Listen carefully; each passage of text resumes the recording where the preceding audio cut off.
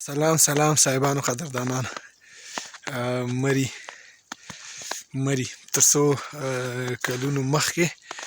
د خیبر پښتونخوا منطقه خو اوس مې مري پسې ځکه یو سټاپ واخیستو چې دا منطقه اوس په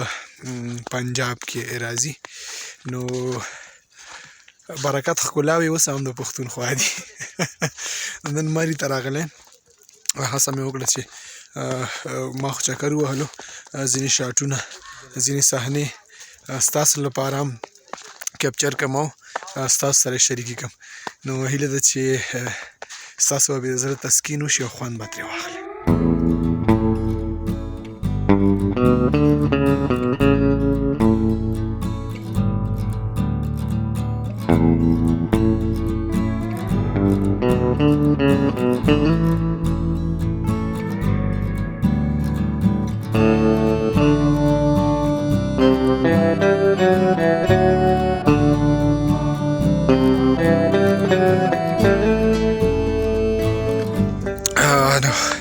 دغه شاټونه اوس تاسې خوښ شوي خو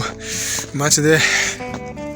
ډرون هم په شین سهار باندې والوځو سهار چې د خوبه راپاڅېدم واوره شروع وه اوس ولاړ ده نو زه راووتم بیا نو په روانه واوره کې مې ډرون د کوټې د کړکۍ نه والوځو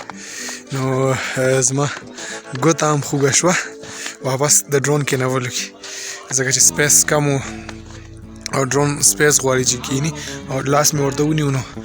زما لاس هم یخ و البته یخني وه نو لږه خوا دېخوا شو په شین سهار مې ځان ته ګوته زخمي کړه ځکه د هغې پرې ډېرې تیزي نو اوس چې دی همدغې قانون په شاټونو باندې ګزاره وکړئ هماغه اولني 2-3 شاټه مې چې اخیستې ګوته مې خوږه شوې وروره ډرون بیا نالیزو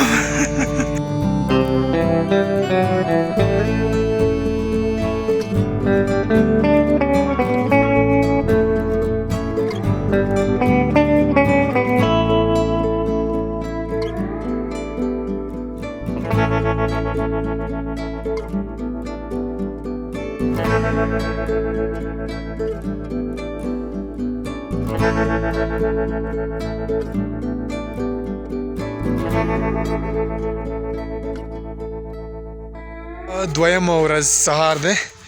او نور به سوزو باران شروع دی خو واوره نشته هغه شته واورې چې دی لږې لږې ویلې شوي دي البته ډېرې ډېرې ویلې شوي نو هیله لرم ارزو مې ده چې دغه ویلاګ اصل کې ویلاګ نیت مې نه و خو دغه ځای ته راغلی وم او څه چې ما وکتل نو ما ویل چې که موبایل شته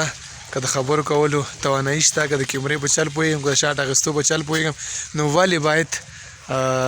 هغه چا ته چې دې ځای پورې نشي راتللی د مري یو چکر ورنه کړم نو هیله ده چې خوښ شوی به مې ډېره مننه چینل که سره سبسکرایب کوئ هم خوښه او که نه یې سبسکرایب کوئ نو هم خوښه د الله په امان